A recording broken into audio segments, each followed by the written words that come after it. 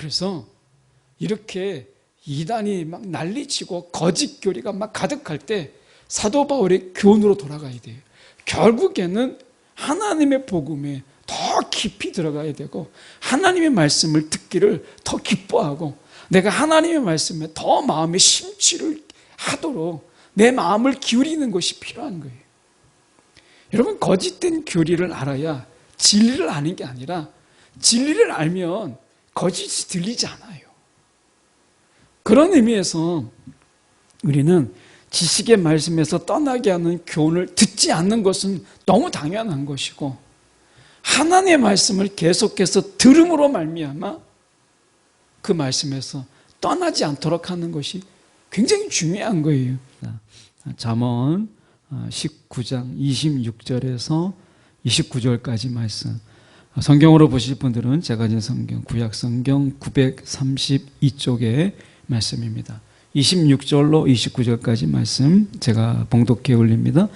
아비를 구박하고 어미를 쫓아내는 자는 부끄러움을 끼치며 능욕을 부리는 자식이니라. 내 아들아, 지식의 말씀에서 떠나게 하는 교훈을 듣지 말지니라. 망령된 증인은 정의를 업신여기고 악인의 입은 죄악을 삼키느니라. 심판은 거만한 자를 위하여 예비된 것이요 채찍은 어리석은 자의 등을 위하여 예비된 것이니라. 아멘. 오늘 이 말씀 가지고 말씀을 떠나게 하는 교훈을 멀리하라. 말씀을 떠나게 하는 교훈을 멀리하라 라는 제목으로 함께 말씀 나누길 원합니다.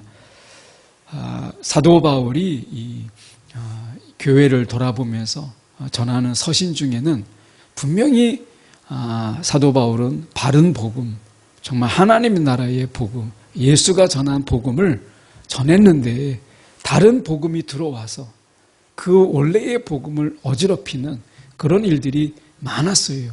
그래서 사도 바울은 그 서신을 통해서 다른 복음을 경계하라. 주님의 복음을 우리가 붙잡아라. 내가 가르친 그 복음을 너희가 붙잡아라. 다른 복음이 아무리 그럴듯하더라도 다른 복음을 우리가 잡지 마라. 이렇게 사도 바울은 교회들에게 당부했어요.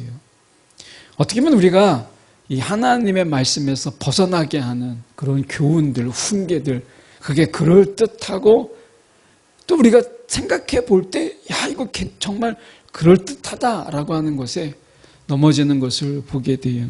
주변에서 이렇게 보면 다른 분들의 이야기도 들어보고 또 다른 목회자들뿐만 아니라 우리가 제가 이렇게 경험해 봐도 내가 절대 나는 이단에 빠지지 않습니다. 거짓 교리에 나는 절대 속아 넘어가지 않습니다. 그렇게 막 자신만만했던 분들이 나중에는 그 거짓된 교리, 그 이단 이런 거에 흠뻑 빠져서 오히려 더 깊이 우리가 그 늪에서 헤어나오지 못하는 경우를 참 많이 봅니다. 정말 자신해서는 안 돼요. 내가 알고 있는 이런 하나님의 말씀, 이것을 하나님의 말씀을 더 붙잡아야 되는데 내가 알고 있는 지식이 전부인 것처럼 대단한 걸 알고 있는 것처럼 그렇게 해서 어떤 이단이 어떤 다른 사람들이 거짓 교리를 가지고 나에게 가리킨다고 해도 나는 그걸 분별할 수 있어라고 이런 교만한 마음을 가지면 반드시 넘어져요. 그래서 우리는 가짜와 진짜를 분별할 수 없을 때는 진짜를 계속해서 붙잡는 지혜가 필요한 거예요. 가짜와 진짜를 분별할 수 없을 때, 그럴 때는 가짜도 들어보고 진짜도 들어보고 내가 분별해야지 하는 것만큼 무서운 게 없어요. 위험한 게 없어요. 그럴 때는 진짜만 붙잡고 있는 거예요. 그러다 보면 어느 순간에 가짜가 보여요. 오늘 말씀을 보면 이 말씀을 떠나게 하는 교훈은 우리가 사도 바울 신약의 이 신약 교회만, 초대교회만 있었던 것이 아니라 이미 이 잠언에 말씀하고 있는 이 구약의 때에도 이런 거짓된 교훈들이 늘 있었다라고 하는 것입니다. 그래서 우리가 말씀에 먼저 보면 26절, 아비를 구박하고 어미를 쫓아내는 자는 부끄러움을 끼치며 능력을 부리는 자식이니라. 이거는 뭐 우리가 읽어봐도 그냥 한눈에 이거는 벌써 잘못된 것이다 라고 우리가 생각할 수 있는 것이잖아요. 신명기 5장 16절에 이렇게 말씀합니다. 너는 내 하나님 여호와께서 명령한 대로 내 부모를 공경하라. 그리하면 내 하나님 여호와가 내게 준 땅에서 생명이 길고 복을 누리리라. 이거는 성경에 없어도 이거 금방 알 수 있는, 부모를 당연히 공경해야지 이런 생각이 들잖아요. 그런데 하나님의 말씀이 부모를 공경하라 라는 이 말씀을 신명기에서뿐만 아니라 마태복음에서도 말씀하고 있어요. 마태복음 15장 4절에 보면 하나님이 이르셨으되 내 부모를 공경하라 하시고 내 아버지나 어머니를 비방하는 자는, 아버지나 어머니를 비방하는 자는 반드시 죽임을 당하리라. 이렇게 말씀하시거든요. 이거는 말씀이 없으면 부모를 공경하지 않는다라고 하는 거예요. 이게 너무 당연하다 생각하지만 말씀이 있는 이유가 무엇이겠어요? 그게 신약시대에도 이런 일이 있었어요. 마태복음 15장 5절과 6절에 보면 그런데 너희는 아버지나 어머니에게 드리려던 것, 부모를 위해서 우리가 공경하고 부모를 섬기는 일에 많은 돈이 들어가죠. 부모를 섬기는 일이 쉽지는 않아요. 내 삶이 쉽지가 않은데 부모를 공경한다. 이게 정말 어려운 일이죠. 아마 이때도 그랬던 거예요. 마태복음 이 당시에 참 삶이 고달프고 힘들고 가난했어요. 그러다 보니까 이들이 부모를 공경해야 되는데 쉽지가 않거든요. 지금 나와 내 가족과 내 자식이 먹기에도 너무나 버거운데 부모를 공경하고 부모를 섬긴다는 게 쉽지가 않은 거예요. 이건 어느 시대도 다 마찬가지잖아요. 그래서 그들이 꼼수를 부리죠. 부모를 섬기는 이 비용은 계속해서 들어가는 거예요. 그런데 하나님께 그냥 한 번에 드리면 그러면 계속해서 돈이 들어가지 않으니까 그들이 이렇게 했어요. 아버지나 어머니에게 드리던 것을 아버지 어머니에게 섬기려고 하고 그분을 공경하기 위해서 계속 들어가는 돈을 이제 그냥 한 번에 묶어서 하나님께 조금 드리는 거예요. 그러면 자기 부모를 공경하지 않아도 된다. 하나님께 드렸으니까 이제 하나님이 알아서 하실 것이다. 이렇게 그들이 했다는 거예요. 그러니까 부모를 공경하는 것은 그분이 돌아가실 때까지 계속된 거잖아요. 이게 너무 힘든 거예요. 더 병원비도 들어가죠. 더 아프니까 입원도 시켜야 되죠. 이게 만만치가 않은 거예요. 차라리 조금 떼서 이제 하나님께 드린다. 이제 부모님께 공경할 것을 하나님께 드리니 하나님이 알아서 하실 것이다. 이렇게 했다는 거예요. 그만큼 가난하고 힘드니까. 삶이 힘들수록 우리가 부모를 공경한다는 게 얼마나 어려운가라고 하는 것을 신구약을 통해서 우리는 알 수 있는 거죠. 이게 쉽지가 않아요. 아비를 구박하고 어미를 쫓아내는 이것이 부끄러움이고 수치인데 이것을 그들이 그렇게 했다는 거예요. 그만큼 우리가 이게 쉽지가 않다라고 하는 것이죠. 그런데 오늘 주님께서 이것을 말씀하시면서 신명기에 다시 가서 보면 우리가 내 부모를 공경하라.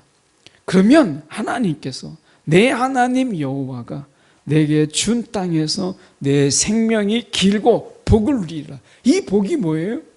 부모를 공경하는 데 들어가야 될 비용들, 공경하는 데 있어서 우리가 필요한 것들을 하나님께서 내가 채우리라, 복을 누리리라 라고 말씀하신 거죠. 우리는 부모를 통해서 하나님이 어떤 분이신가를 간접적으로 알아가요. 처음부터 하나님이 어떤 분이신가를 모르기 때문에 우리는 부모를 통해서 하나님이 이러신 분이구나, 이렇게 사랑하고 품으시고 용서하시는 분이시구나 하는 것을 부모를 통해서 하나님을 알아가는 거예요. 마찬가지로 우리가 부모를 공경함으로 인해서 하나님을 경외하는 우리가 방법을 배우는 거예요. 하나님을 공경하는. 그러니까 부모를 공경하는 힘이 없고 이제 나약해요. 계속해서 섬기는 일이 계속해서 있어요. 하나님을 우리가 경외하는 것도 그렇지 않아요? 하나님을 경외하는 것. 단번에 끝날 수 있는 게 아니라 계속해서 우리의 호흡이 있는 한 하나님을 계속해서 경외하는 거예요. 내가 형편이 좀 부족해도, 내가 좀 힘이 딸려도, 내가 힘 좋을 때, 내가 힘이 있을 때만 하나님을 공경하는 게 아니라 부모를 공경하는 것처럼 내가 좀 힘이 없고 형편도 좀 쪼달리고 내가 좀 사는 게 넉넉치 않아도 하나님을 섬기는 것, 가만히 돌아보면 부모를 공경하는 것과 하나님을 공경하는 것, 부모를 공경함으로 인해서 하나님을 공경하는 방법을 배우게 되죠. 그게 지혜인 거예요. 말씀해 보면 27절에 이렇게 말씀하시잖아요. 내 아들아, 지식의 말씀에서 떠나게 하는 교훈을 듣지 말지니라.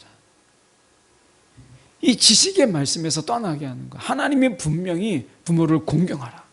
이렇게 말씀하셨어요. 그러면 그게 이미 하나님의 지혜고 하나님의 지식으로 우리 가운데 주신 말씀이잖아요. 이미 결론난 말씀이에요. 그런데 자꾸 세상에서 힘드니까, 어려우니까. 그래서 고르반이라고 해서 하나님께 내가 드렸습니다. 이제 하나님이 알아서 하십시오. 내 할 도리를 다 했습니다. 이렇게 하는 것, 이게 굉장히 경건하고 하나님께 전적으로 의탁하는 것처럼 우리가 보이지만 하나님은 분명히 말씀하셨어요. 부모를 너희가 공경하라. 이렇게 말씀하셨잖아요. 오늘 그런 의미에서 우리가 생각해 볼 때 우리가 쉬운 성경에서는 이렇게 번역을 했어요. 여기서 말씀해 보면 지식의 말씀에서 떠나게 하는 교훈을 듣지 마라. 이렇게 지금 되어 있잖아요. 근데 쉬운 성경에서는 이것을 약간 다르게 번역을 했어요. 이렇게 번역했습니다. 교훈을 듣지 않으면 결국 너는 지식의 말씀에서 벗어나게 될 것이다. 하나님의 교훈, 성령의 교훈의 말씀을 계속해서 듣지 아니하면 결국에는 언젠가는 너가 결국 그 지식의 말씀, 생명의 말씀에서 너가 이탈하게 될 것이다 라고 말씀하고 있어요. 이 두 가지가 다 되는 거예요. 내가 지식의 말씀에서 떠나게 하는 교훈들, 거짓된 교훈들을 계속해서 듣잖아요. 그러면 그게 진짜인 것 같아요. 그래서 결국에는 하나님의 말씀을 떠나게 돼요. 이것도 맞고, 저는 쉬운 성경의 이 해석이 우리 가운데 더 현실적이지 않나 라고 하는 거예요. 하나님의 말씀을 계속해서 듣지 않으면, 그 하나님의 교훈, 우리 가운데 성령의 책망의 말씀을 계속해서 듣지 아니하면 언젠가는 결국에는 그 생명의 말씀, 지식의 말씀에서 우리는 벗어나게 되는 거예요. 이탈해버리는 거예요. 탈선해버리는 거죠. 그래서 늘 이 교훈의 말씀을 계속해서 듣는 것이 필요한 거예요. 우리가 그렇잖아요. 불교 신자들은 이렇게 4월 초파일, 이제 부처님 오신 날, 이제 얼마 남지 않았죠? 그 부처님 오신 날에 한 번 오면 다 불교 신자인 거예요. 그냥 마음으로, 내가 그냥 부처님을 모시고 산다 하면은 불교 신자인 거예요. 그런데 우리가 내가 하나님 말씀을 듣지도 않는데, 하나님의 말씀을 내가 묵상도 하지 않고 그분의 책망을 듣지 않냐고 그분의 교훈을 계속해서 듣지 않으면 내 마음은 늘 하나님을 섬기고 있어. 나는 주님을 정말 경외하고 있어. 난 예수를 믿고 있어. 라고 나는 생각하지만 어느 순간에 내가 하나님의 말씀에서 멀찍이 떨어져서 정말 세상의 지식에 취해 있는 내 자신을 발견하게 되는 거예요. 그래서 하나님의 말씀은 계속해서 이미 알고 있는 말씀이지만 계속해서 듣고 마음에 새기고 또 그것이 내 삶 속에서 하나의 흔들릴 수 없는, 부인할 수 없는 내 삶과 체득된 말씀으로 우리가 새겨질 때 그것이 우리의 삶의 모습으로 나타나는 거죠. 그래서요, 하나님의 말씀, 이런 말씀들은 계속해서 듣는 것이 중요해요. 우리가 나쁜 짓 하는 것, 이런 거는 배우지 않아도, 듣지 않아도 우리의 몸이 나쁜 짓을 할 준비가 되어 있어요. 그게 죄성을 가진 인간인 거예요. 그런데 하나님을 기쁘시게 하는 일들은 계속해서 그 말씀을 새겨 듣지 아니하면 금방 잊어버려요. 그 좋은 지식은 한순간에 그냥 사라져버려요. 연기처럼 사라져버려요. 그래서 하나님의 말씀은 우리가 계속해서 들어야 돼요. 그래서 교훈을 듣지 아니하면, 이 교훈을 듣지 아니하면 이것은 지속적인 거죠. 계속해서 이 하나님의 말씀을 듣고 새기지 아니하면 결국에는 그 생명의 말씀, 그 지식의 말씀에서 벗어나게 된다. 우리가 자꾸 내가 그런 건 아닌데 그 말씀에서 자꾸 멀어지는 거예요.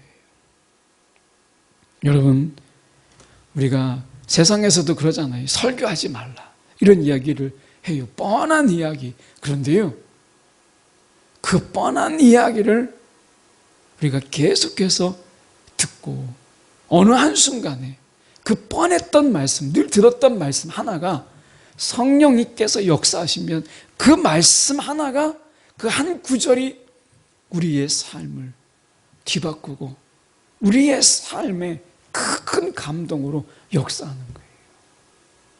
그래서 우리는 정말 겸손한 마음으로, 하나님, 오늘 늘 듣는 말씀이지만 하나님, 오늘 이 듣는 이 말씀을 가지고 하나님, 나에게 감동을, 큰 깨달음을, 하나님, 큰 지식을 내게 허락하여 주옵소서. 늘 이런 마음으로 우리는 주님 앞에 서는 거예요. 그래서 우리가 이 교훈의 말씀을 듣는 것, 이것이 하나님의 말씀 안에 우리가 머물게 하는 이 힘이 있는 거예요. 여러분, 우리가 28절을 잠깐 먼저 보고 좀 더 생각해 보면, 이 망령된 증인, 이 망령된 증인을 다른 성경에서는 뭐라고 번역했냐면 경건하지 못한 증인이에요. 경건하지 못한, 말씀을 가까이 하지 아니하고 하나님을 두려워하지 아니하고 하나님을 경배하지 않는 이런 망령된 증인, 하나님을 무서워하지 않는 거죠. 정의를 업신여겨요. 그러니까 하나님을 우리가 두렵지 아니하고 하나님의 말씀을 가볍게 여기는 그는 정의를 우습게 여긴다는 거예요. 하나님의 공의를 업신여겨요. 그래서 그들이 결국 악인의 입이 되어서 우리가 죄악을 꿀꺽 삼켜버린다. 죄악을 범하는 일에 우리가 그냥 물 한 번 삼키는 정도로 가볍게 여긴다는 거예요. 결국에는 우리가 이 망령되다, 경건하지 못하다, 여기에서 결국엔 하나님의 뜻, 그리고 이 정의와 공의는 하나님 나라의 두 기둥이거든요. 하나님 나라의 그 통치, 하나님의 통치를 업신여기게 되고 죄 짓는 것을 아무렇지도 않게 그냥 내가 꿀꺽 내가 물 한 번 삼키고 뭐 달콤한 것 하나 딱 삼키고 그냥 시침이 뛰는 것처럼 여긴다는 거예요. 여기까지 나아간다는 거예요. 그 시작이 어디에 있어요? 망령된 증인, 경건하지 못한 것. 이 경건의 시작은 늘 말씀을 대하는 태도에서 나와요. 그래서 우리가 경건하다라고 하는 것, 그러니까 그 말씀을 귀하게 여기고 그 하나님의 말씀, 다른 누구의 말도 아니고 그 하나님의 말씀 앞에 우리가 정말 귀를 기울이고 우리의 삶을 기울여서 그분의 말씀에 내가 귀를 기울이는 것, 이것이 경건이잖아요. 그러니까 경건함은 우리가 결국 하나님의 말씀을 함부로 여기지 않거든요. 그런 의미에서 보면 우리가 27절에 다시 가서 보면 내 아들아 지식의 말씀에서 떠나게 하는 교훈, 그것이 우리가 생각할 때 옳은 것 같고 그게 맞는 것 같아도 하나님 말씀이 아니라면 뿌리칠 수 있는 것이 필요한 거예요.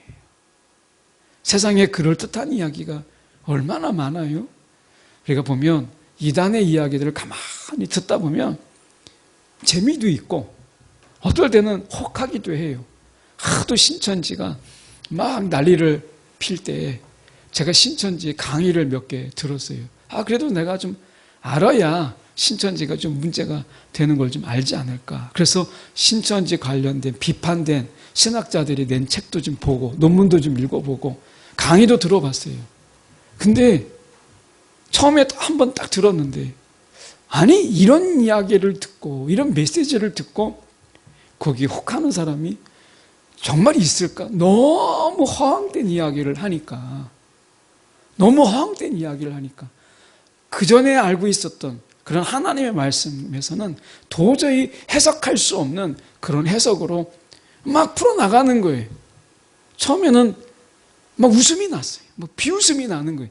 아니 세상에 이런 것을 어떻게 이렇게 영상을 버젓이 아무렇지도 않게 이것을 올릴 수 있을까? 이것도 성경의 해석이라고 그렇게 생각을 했어요. 처음에 그래서 정말 비웃으면서 들었어요. 근데 두 번째, 세 번째 듣다가 이런 생각이 들었어요. 야, 이건 계속 들으면 위험할 수 있겠다. 위험할 수 있겠다. 그래서 여러분, 우리가 이 거짓된 교훈을 계속해서 들으면 야, 내가 분별할 수 있어. 내가 이게 무엇이 거짓인지 알 수 있어. 라고 생각하지만 그렇지 않아요. 그래서 이렇게 이단이 막 난리치고 거짓 교리가 막 가득할 때 사도 바울의 교훈으로 돌아가야 돼요. 결국에는 하나님의 복음에 더 깊이 들어가야 되고 하나님의 말씀을 듣기를 더 기뻐하고 내가 하나님의 말씀에 더 마음의 심취를 하도록 내 마음을 기울이는 것이 필요한 거예요. 여러분, 거짓된 교리를 알아야 진리를 아는 게 아니라 진리를 알면 거짓이 들리지 않아요. 그런 의미에서 우리는 지식의 말씀에서 떠나게 하는 교훈을 듣지 않는 것은 너무 당연한 것이고 하나님의 말씀을 계속해서 들음으로 말미암아 그 말씀에서 떠나지 않도록 하는 것이 굉장히 중요한 거예요. 그래서 29절에 우리가 그 말씀에 오늘 보면 이렇게 말씀하잖아요. 심판은 거만한 자를 위해서 예비된 것이다. 이 거만하다, 오만하다 이렇게 우리가 번역될 수 있는 이 말인데 이 오만하고 교만한, 거만한 이런 자들을 위해서 심판이 준비되어 있다는 거예요. 여러분, 뭐가 교만한 거예요? 내가 들으면 알아. 여러분, 이게 교만한 거예요. 들으면 내가 알 수 있어. 여러분, 몰라요. 혹하고 넘어갈 수 있어요. 많은 제가 이렇게 듣고 또 알고 만난 분들이 다 하나같이 그런 얘기를 했어요. 신천지가 봐도 하나님의 교회가 와서 막 전해도 내가 다 듣고 분별할 수 있어요. 걱정하지 마세요. 하는 분들이 결국에 어느 순간에 하나님의 교회에 빠져 있고 신천지에 빠져 있는 이런 것을 보게 돼요. 그 전에 한 분은 그 딸이 신천지에 깊이 빠져가지고 결국에 이혼도 하고 자녀도 버리고 결국에 가족과의 모든 인연을 다 끊어버리고 신천지에 깊숙한 이런 핵심 요원이 된 가정이 있어요.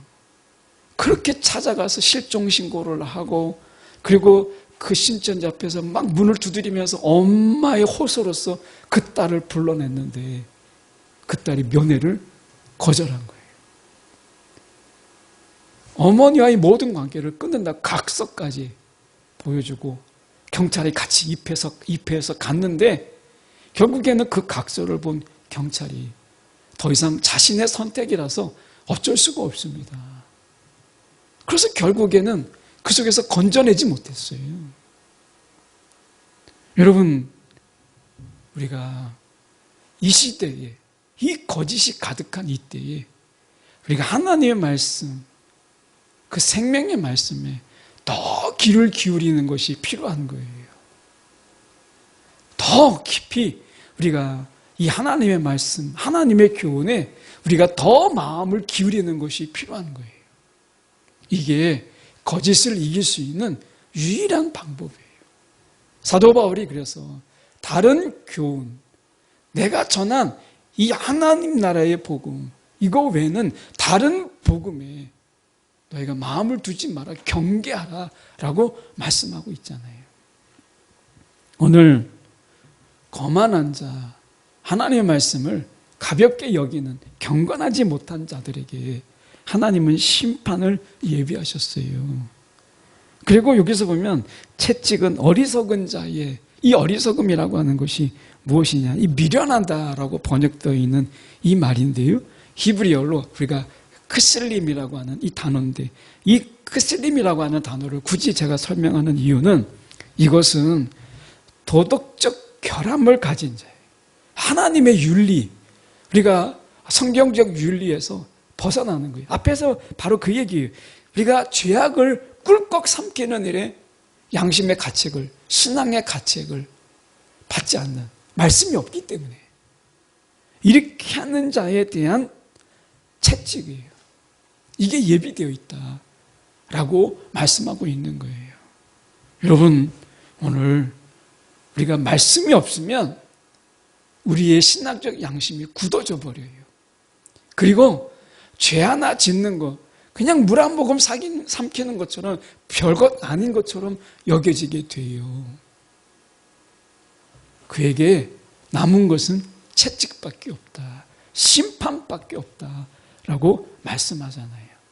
오늘 말씀을 떠나게 하는 하나님의 말씀, 생명의 말씀에서 떠나게 하는 교훈은 아무리 작은 것이라도 여러분 가까이 하지 말라, 멀리하라 말씀하잖아요. 그래서 이 시대에 우리가 무속적인 거, 우리가 점치고 또 무당을 찾아가고 우리가 이렇게 하는 것들, 그게 별거 아닌 것 같고, 뭐 사주 보는 거 우리가 그냥 하나의 놀이로 생각하지만 하나님의 교훈에서 멀리하게 하는 어떤 교훈도 우리가 멀리하라, 가까이 근처도 가지 마라 라고 말씀하고 있는 거예요. 오늘 우리가 이 마지막 때는 어떻게든지 하나님의 말씀에서 우리를 멀어지게 하지, 이 마지막 때 우리가 하나님께 더 가까이 나가도록 부추기는 것들이 세상에 어디 있어요? 세상에 그런 게 없어요. 다 세상에 모든 것들은 다 하나님으로부터 멀어지게 하고 하나님의 교훈을 듣지 못하도록 하는 것이 전부죠. 세상에 돌아다니는 정보들을 보세요. 하나님과 가까워지게 하는 정보가 있나? 하나도 없어요.